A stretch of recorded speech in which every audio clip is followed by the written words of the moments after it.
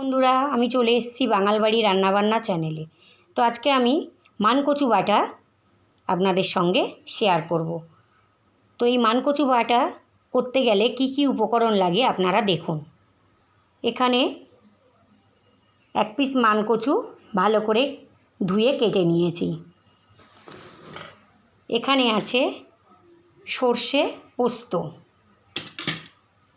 এখানে আছে রসুন, কাঁচা লঙ্কা, দুটো শুকনো লঙ্কা, লবণ, আর এখানে আছে নারিকেল কোড়া আর চিনি স্বাদ মতো, আর আছে সরিষার তেল।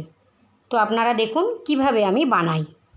প্রথমে আমি একটা মিক্সিং বোল নিয়েছি, তার মধ্যে এই কেটে রাখা মানকচুগুলো দিয়ে দেব, দিয়ে এটাকে আমি পেস্ট করে নেব। তো চলুন দেখা যাক কিভাবে আমি বানাই। তো দেখুন বন্ধুরা, মানকচুটা আমার বাটা হয়ে গেছে।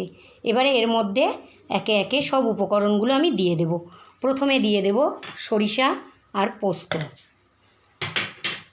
দিয়ে দেব কাঁচা লঙ্কা, শুকনো লঙ্কা, রসুন আর স্বাদ মতো লবণ।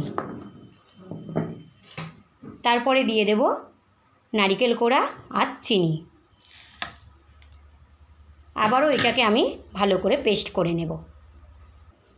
তো চলুন দেখা যাক কীভাবে আমি এটাকে বানাই। তো দেখুন বন্ধুরা, পেস্ট আমার হয়ে গেছে। এবারে এটাকে আমি একটা বোলের মধ্যে নামিয়ে নেব। তো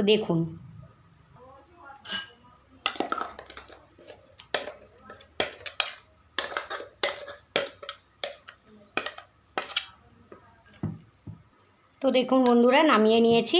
এবারে আমি এর উপর দিয়ে সরিষার তেল পরিমাণ মতন দিয়ে দেব, দিয়ে একটু মেখে নেব। তারপরে এটাকে আমি গরম গরম ভাতে পরিবেশন করব। মানকচুটা সম্পূর্ণ কাঁচা। তো দেখুন বন্ধুরা, মানকচু বাটা আমার রেডি হয়ে গেছে।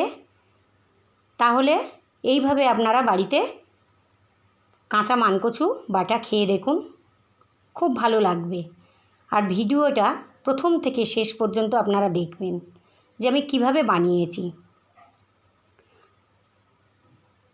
আর যদি ভালো লাগে তাহলে অবশ্যই কমেন্ট, শেয়ার, সাবস্ক্রাইব, লাইক করে দেবেন।